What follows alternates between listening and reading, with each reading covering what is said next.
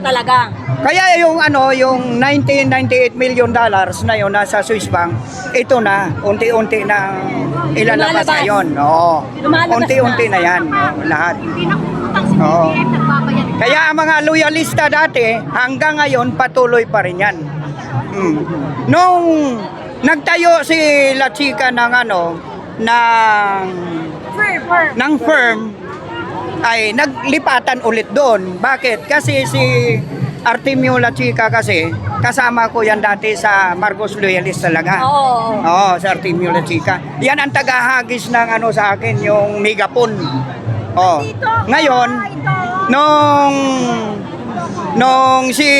nagtayo si Artemio La Chica ng firm, kasama niya si Father Nebres.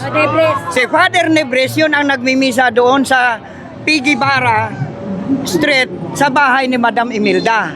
Ako ang taga-gitara. Oo. Yun. Kaya ang mga loyalista, mabuhay talaga sa lahat. Buhay. Ay, ito pa pala dadagdag ko. Ano na kayo mangyayaring Pilipinas? Bawal daw umutang sa World Bank. Ngayon sa kinukuha ng PBBM ang mga ginagastos niya. Sinusuporta niya sa mga may sakuna. Lindol, sunog, lahat-lahat. Saan niya kinukuha yung mga milyon-milyon na yan? Nagbabayad pa siya ng utang ng Pilipinas. Ayun ang gamitin niya, itanin niyo sa utak niyo. Kaya mga nagsasabi na korap si PBBM, patunayan niyo. Mga bob-bob. Ayon sa kanila, Madam, ayon sa kanila, dumagdag daw ang utang. Yun ang nakikita nila.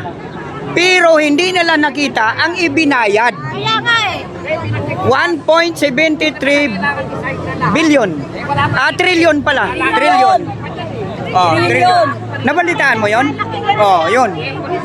Trillion yun. Yan pa ba mangungurap? Pinapaganda na ang buong Pilipinas? Pinapagaang na ang buhay ng mga Pilipino? Sino makakagawa yan?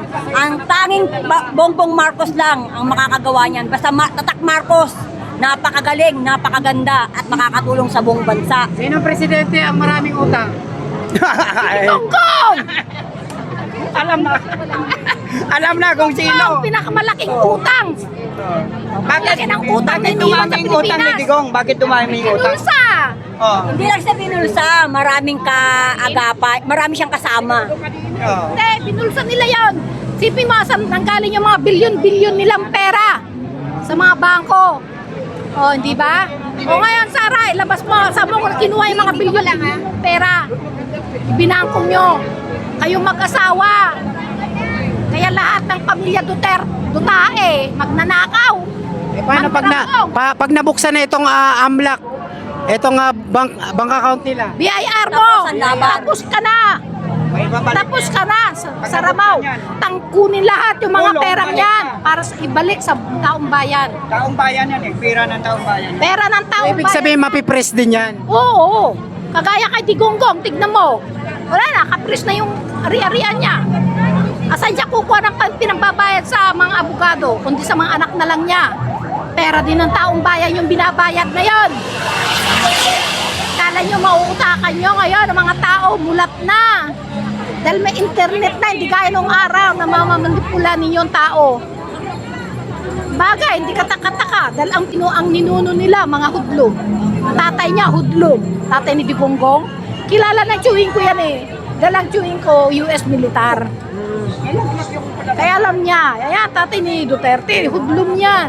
Napakawalang hiya din yan. Kaya kung anong puno, siyang sanga, siyang Ibig bunga. sabihin, Mami Jing, front lang talaga nila ang war on drug noong 2017. Lang, front lang yun. Lahat yan. Gusto. Ang dami nyo na manipulang tao, ano?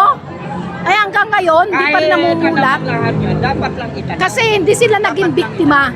Para Kung malaman kayo naging biktima, kayong sumusuporta sa Duterte, magagalit din kayo. Hindi kayo kasi naging biktima. Oo. O ngayon, makikita nyo ba na nasasabat na malalaking mga drug lord? May napatayan bang nangyayari? Nakukulong, nadideport. Kay Digonggong noon, suportado niya. O, di ba sa Davao, ang pinakamalaking isda ng mga sa drugs. Kaso kawawa din ang mga Pilipino noon, no? Imbis na i-rehab, ikulong, ano nangyayari? Kaya yung sinasabi ni PBBM Huwag kayong basta-basta magkulong. Imbestigahan kung totoong sangkot o hindi. Hindi yung basta-basta titirahin nyo na lang, ikukulong. Di ba? Tapos wala. Tignan mo, Laila de Lima. Ayan. Masalamat ka si BBM ang naging Pangulo. Kundi mabubulok ka sa kulungan. Sa totoo lang. The minute na naupo si PBBM, nirelease siya. Kasi inimbestigan hindi siya sangkot eh. Panahon din ni Duterte na nakulong si Laila de Lima, di ba? Na manipulan niya ang tao noon na si de Lima ganito ganyan. O yung mga pinapatay mo mga koronel, mga general na isinangkot mo sa sinasabi mo drug lord, yung pala ikaw di gonggong ang pinakapinuno sa drug on war. Sangkot si Sara dyan sa Tokhang. Ganon? Siya ang ano dyan ang sa Davao, pinuno. sa Davao. Oo, siya ang si Sara sa Tokhang. Ibig sabihin, possible din na pag na-impeach to si Sara, makukulong din siya. Kaya lahat ng mga nilabas ni Trillanes ng mga dokumento, totoo lahat yun. Kumpleto si Trillanes ng katibayan.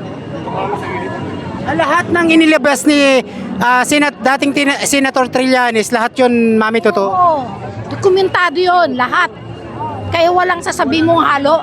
Bakit hindi nila demanda si Trillanes? Hindi nila makalaban si Trillanes. Kasi wala silang laban, lahat yun totoo. Go lang, Trillanes.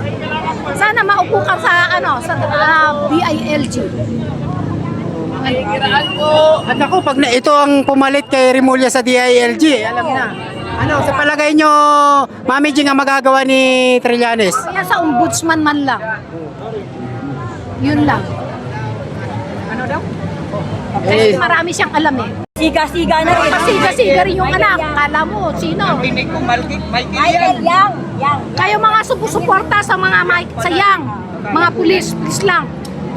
May mga pulis na sumusuporta sa kanya eh. Pinoprotektahan pa siya. Nagwawala na nga, pinoprotektahan pa siya. Matapang rin si Baste eh. Pero sabi ng tatay, bakla daw. Bakla raw na mayroon dyan video na naka-makeup siya. Hindi, matapang. Nagtatapang-tapangan lang yan.